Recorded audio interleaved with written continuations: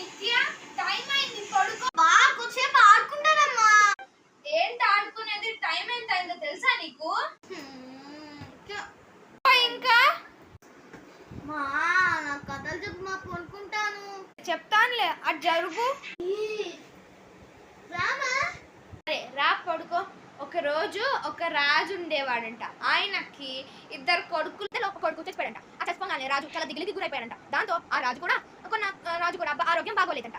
ఇదే చూసిన రెండో కొడుకు మా నాన్నకి బాగోలేదని చెప్పి హాస్పిటల్కి తీసుకెళ్దామని అనుకున్నాడంట. హాస్పిటల్కి వెళ్ళగానే ఆయన చచ్చిపోయాడంట. ఆయన చచ్చిపోగానే రెండంట అమ్మయ్య పడుకుంది, వెళ్దాం. పడుకోలేదా?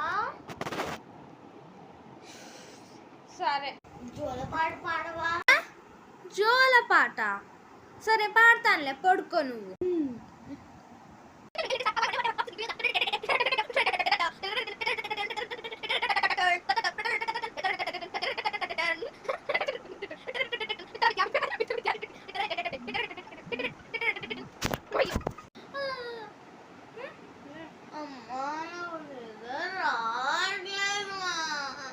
నిద్ర రావట్లేదా?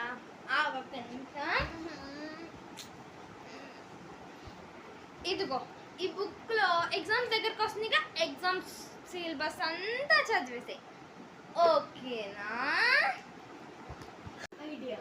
నిద్ర వస్తుంది